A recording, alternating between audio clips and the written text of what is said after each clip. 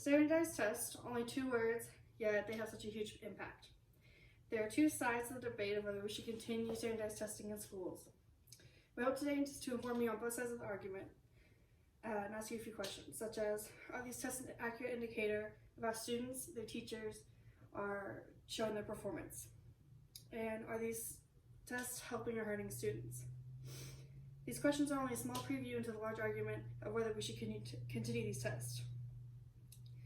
I would like to identify exactly why these tests are designed and what their purpose is. And secondly, I would like to present the common arguments of both sides. Standardized tests is an attempt to measure students' educational progress. They are used to identify current averages as well as high and low performers in classrooms. All tests are made the same to avoid discrimination and unfair advantages, and these standardized tests have been a part of the school system since the mid-1900s and will still remain a dominant part in our education system. Schools are judged through this process, and this can lead to schools being closed down or brought under new administration. One of the biggest questions asked is how these tests help or hurt students. And with these questions in mind, let's examine some of the arguments. Proponents of standardized tests say it's best to compare data from a diverse student population.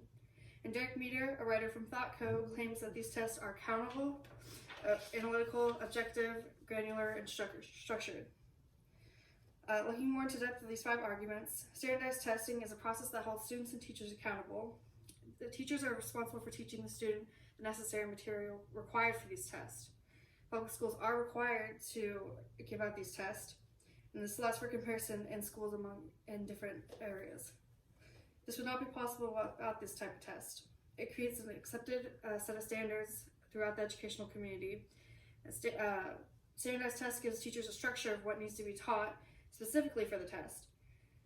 These tests are also graded by computers, which removes the error of humans and bias for scoring. All these are very beneficial. Opponents of standardized tests say educators have become too fixated on scores and preparing for these exams. I can recall the long months of preparation and anxiety leading up to my test days.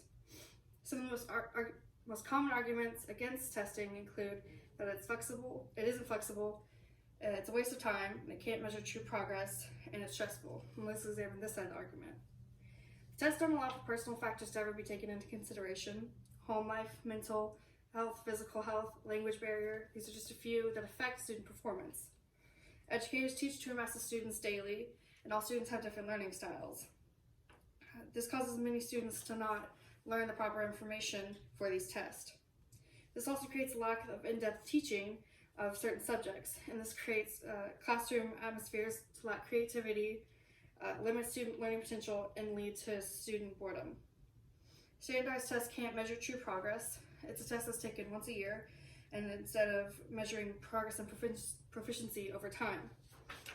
Standardized testing is stressful for both teachers and students. Teachers' performance is based on students' score, and if the scores are low, it can lead to loss of job or funding. For students, bad scores can result in being held back, not graduating, or not even getting into college admissions. So many choices in life are based on this one test. In conclusion, both sides pose a valid argument for standardized testing. A solution to benefit students and track their learning progress is to create more opportunities for learning environments to grow in creativity and learning potential. This solution appeases both sides of arguments of standardized tests in schools. Thank you.